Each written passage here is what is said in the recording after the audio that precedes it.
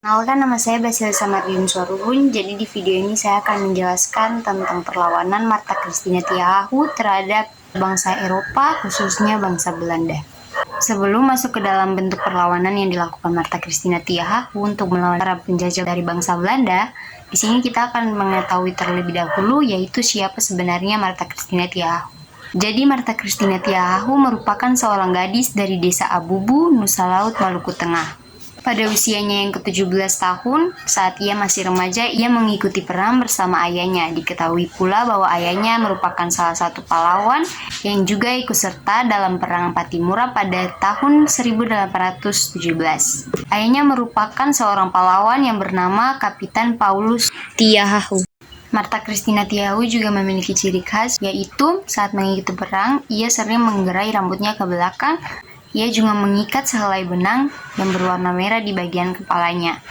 Martha Christina Tyahahu menemui ajalnya di kapal perang Everstein, dan dengan penghormatan militer, jasadnya diluncurkan di Laut Banda, tepatnya di antara Pulau Buru dan Pulau Manipa pada tanggal 2 Januari 1818.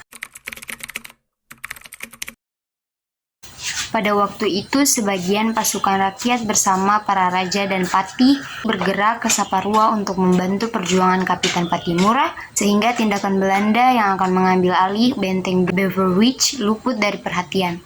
Guru Sosialisa yang memihak Belanda melakukan kontak dengan musuh, mengatasnamakan rakyat menyatakan menyerah kepada Belanda. Tanggal 10 Oktober 1987, benteng Beverwijk jatuh ke tangan Belanda tanpa adanya perlawanan.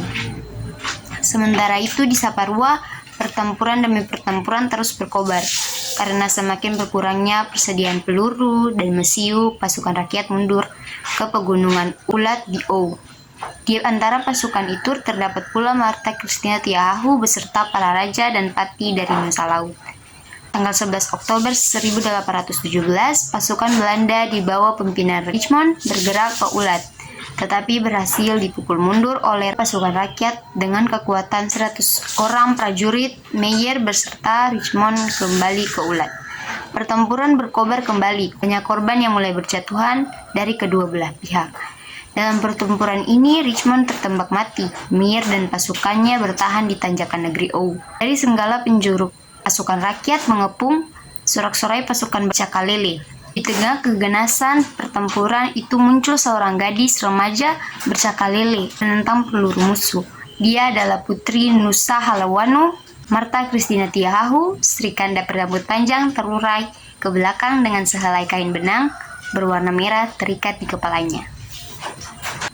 Dengan mendampingi sang ayah dan memberikan kobaran semangat kepada pasukan Nusa Laut untuk menghancurkan musuh, Martha Christina Tyahahu telah memberi semangat kepada kaum perempuan dari Ulat dan Ou untuk turut mendampingi kaum laki-laki di medan pertempuran. Baru di medan ini Belanda berhadapan dengan kaum perempuan fanatik yang turut bertempur. Pertempuran semakin sengit ketika sebuah peluru pasukan rakyat mengenai leher Meyer pengganti, yaitu Vermeulen Kringer, yang mengambil alih komando setelah meninggalnya Meyer diangkat ke atas kapal Everstein. Tanggal 12 Oktober 1817, Vermeulen Kringer memerintahkan serangan umum terhadap pasukan rakyat. Ketika pasukan rakyat membalas serangan yang begitu hebat ini dengan lemparan batu, para ofisir Belanda menyadari bahwa persediaan peluru pasukan rakyat telah habis. Vermeulen Kringer yang memandu untuk keluar dari kubu-kubu dan kembali melancarkan serangan dengan sangkur terhunus. Pasukan rakyat mundur dan bertahan di hutan.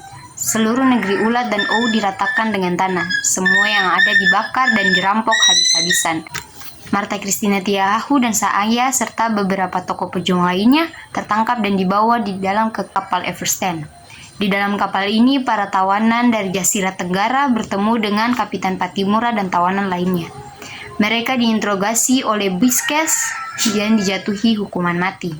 Karena masih sangat muda, Buyscke membebaskan Martha Christina Tyahahu dari hukuman, tetapi sang ayah, Kapitan Paulus Tyahahu, tetap dijatuhi hukuman mati. Mendengar keputusan tersebut, Martha Christina Tyahahu memandang sekitar pasukan Belanda dengan tatapan sayu namun kuat yang menandakan keharuan mendalam terhadap sang ayah. Tiba-tiba Martha Christina Tyahahu merabahkan diri di depan Buyscke memohonkan ampun bagi sang ayah yang sudah tua, tetapi semua itu telah sia-sia. Tanggal 16 Oktober, Martha Christina Tiahahu beserta sang ayah dibawa ke Nusa Laut dan ditahan di benteng Beverwijk sambil menunggu pelaksanaan eksekusi mati bagi ayahnya. Martha Christina Tiahahu mendampingi sang ayah pada waktu memasuki tempat eksekusi. Kemudian Martha Christina Tiahahu dibawa kembali ke dalam benteng Berwick dan tinggal bersama guru sosialisa. Sepeninggal ayahnya, Martha Christina Tiahahu masuk ke dalam hutan dan berkeliaran seperti orang kehilangan akal. Hal ini membuat kesehatannya terganggu. Dalam suatu operasi pembersihan pada bulan Desember 1817, Martha Christina Tiahahu beserta 39 orang lainnya tertangkap dan dibawa kembali ke kapal Everstein ke Pulau Jawa untuk dipekerjakan secara paksa di perkebunan kopi. Selama di atas kapal ini, kondisi kesehatan Martha Christina Tiahahu semakin memburuk. Ia menolak makan dan pengobatan.